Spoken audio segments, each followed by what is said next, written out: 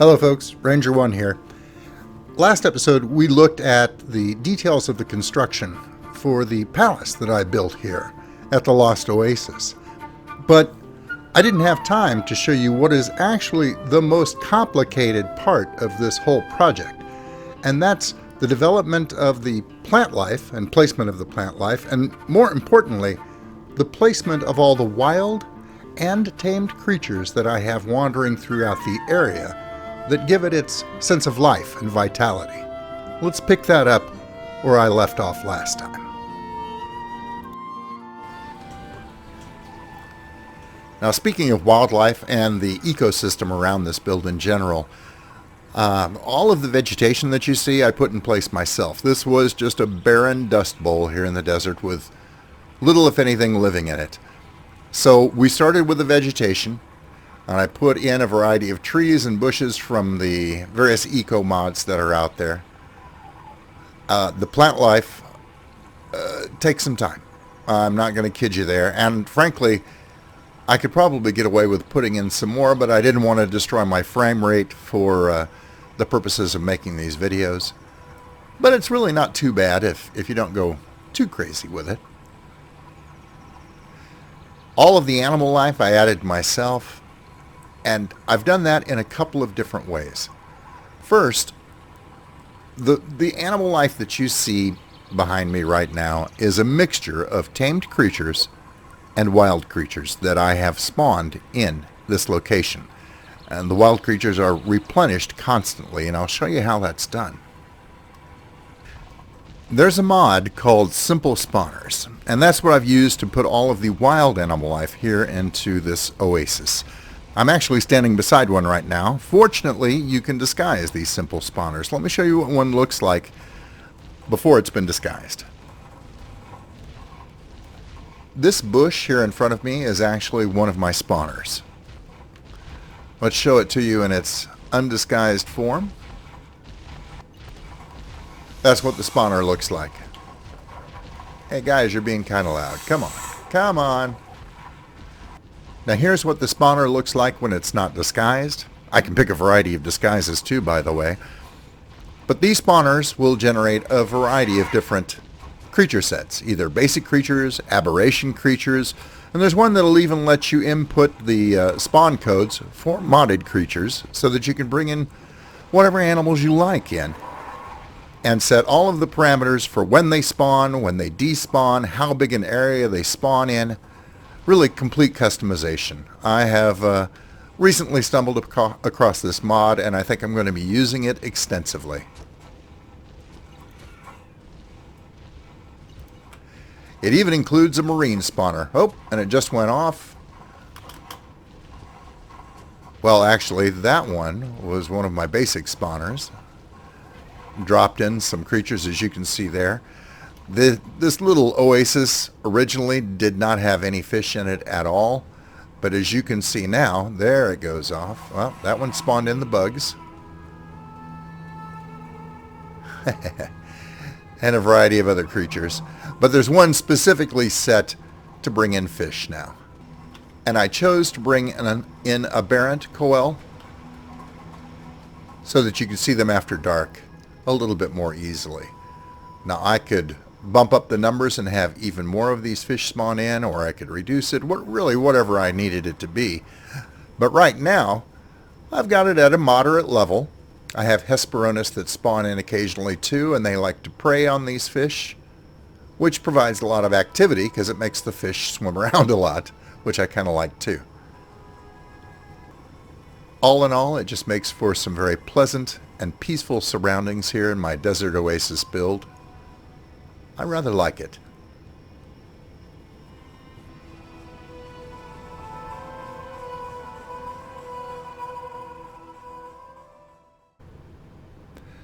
Well, that takes care of the construction and the wild animals that I have wandering in this area. The last thing is my personal security here in the area. Predators do occasionally roam in, and sometimes these wild creatures have a tendency to wander off outside of the spawn area, and that causes a few problems with them despawning after a while. So I've also added in, and really it was the first thing that I brought to this area, I've added in some tamed creatures, and I've set them up so that they mimic wild behavior. I achieved this with the Dino Patrol system. I have carefully hidden waypoints scattered in 3 different sets all about this immediate area. One of those patterns is laid out primarily around this lake. It wanders over here into this area. There's a waypoint or 2 over here. There's another 1 or 2 beyond the dune wall there, and a couple of others on the other side. Let me come over here to the start point for this particular route. It's disguised as this particular plant right here. I'm going to go ahead and allow you to see the waypoints. Show route. Now that shows the route all around my inner area here. And at certain spots, I have it set to allow creatures to wander freely for up to 5 minutes in the immediate vicinity. After those 5 minutes are up, these creatures will then continue on to the next waypoint. I had to carefully place the trees and vegetation in this area so as to not provide too many areas where the animals could get stuck. As we all know, that's a little bit of a problem in Ark. But I think I've done a fairly good job, and really, unless you're paying extremely close attention, it's pretty hard to tell that they're actually following a prescribed route throughout this entire area. You see this Megalosaurus right now, his 5 minutes is up, and he's proceeding over to the next waypoint in the route, after he takes a little break to poo. Thanks for that. These crabs are also heading in that general direction. But once they get to this waypoint, they're free to wander for 5 minutes in whatever direction they choose. And there he goes. These crabs, on the other hand, have chosen to head back into the water, which is perfectly fine. As I have mentioned in previous videos, these small crabs, I use the Structures Plus mod. They have an item in there called a Genomics Mutator. And one of the settings that you can use on that is to freeze a particular creature at its current age. So I raise these up to the ages that I want, and I froze them. And that one's a little younger than that bigger one over there, but I wanted a variety of sizes. It comes in handy once in a while. The next route that I set up is actually over here, outside of the actual Oasis area proper. Let me get over here. Hi there, big boy. I chose more dangerous creatures for this route, a variety of them, kind of as an experiment. Let's go ahead and show this route to you. This route goes all around the outside perimeter of the Oasis. The purpose of these creatures is to drive predators off and keep them from wandering into the Oasis. And since they're all set to aggressive, they also take care of any of the wild spawns that I have set up and keep them contained in the Oasis area.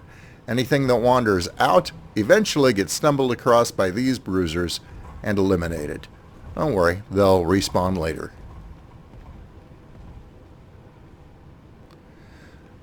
Now the third and final route that I have set up, I set up purely for aesthetics. It's actually the first route that I set up. And it's an aerial route. It's intended primarily to, be picturesque and allow flyers to crisscross the desert and land in this oasis, wander around for a while from various points that I've set up inside the oasis, and then head off on a vast orbit around the desert itself. It works out pretty well. Let's take a look here. There's a point where I've got them set to land, and then they'll wander here for 5 minutes and join the oasis wildlife. It works particularly well with the drakes too, actually. And the griffins seem to enjoy it. Oh, here comes the dragon, in for a landing. Come on, big boy. I kind of like the flight patterns of the drakes. Sometimes they'll circle, trying to hit that point just right. and then he'll come in eventually for a picturesque landing.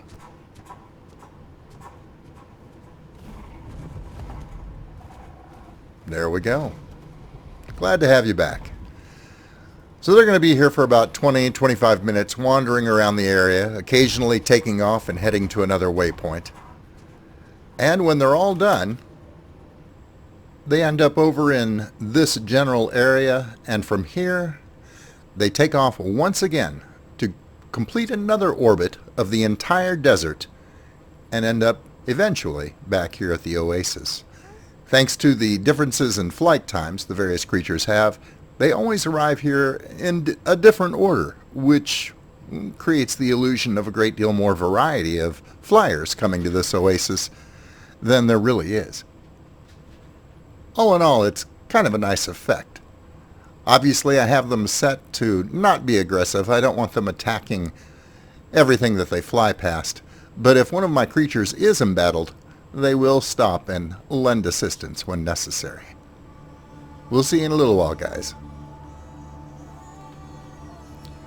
For details on how to set the Dino Patrol mod up to prevent stasis and allow your creatures to continue moving even when they're out of render range, see the video tutorial that I did on the Dino Patrol mod. It'll tell you everything you need to know about setting it up to allow something like this to come to be. So that essentially is it. That's how I set up this entire ecosystem here at the Lost Oasis, from literally the ground up. By combining carefully controlled wild spawns with tamed creatures wandering along prescribed routes, I've created the illusion of an oasis rich in wildlife, while at the same time maintaining excellent security without a turret in sight. I hope you have found this to be helpful when you create your own builds in Ark, and all of the mods I have used are listed in the video description below. If you have time, please remember to give the video a like and even subscribe. If you have any questions or comments, please leave them in the comments section. I'm always happy to hear from you. Take care, and until I see you again, good hunting.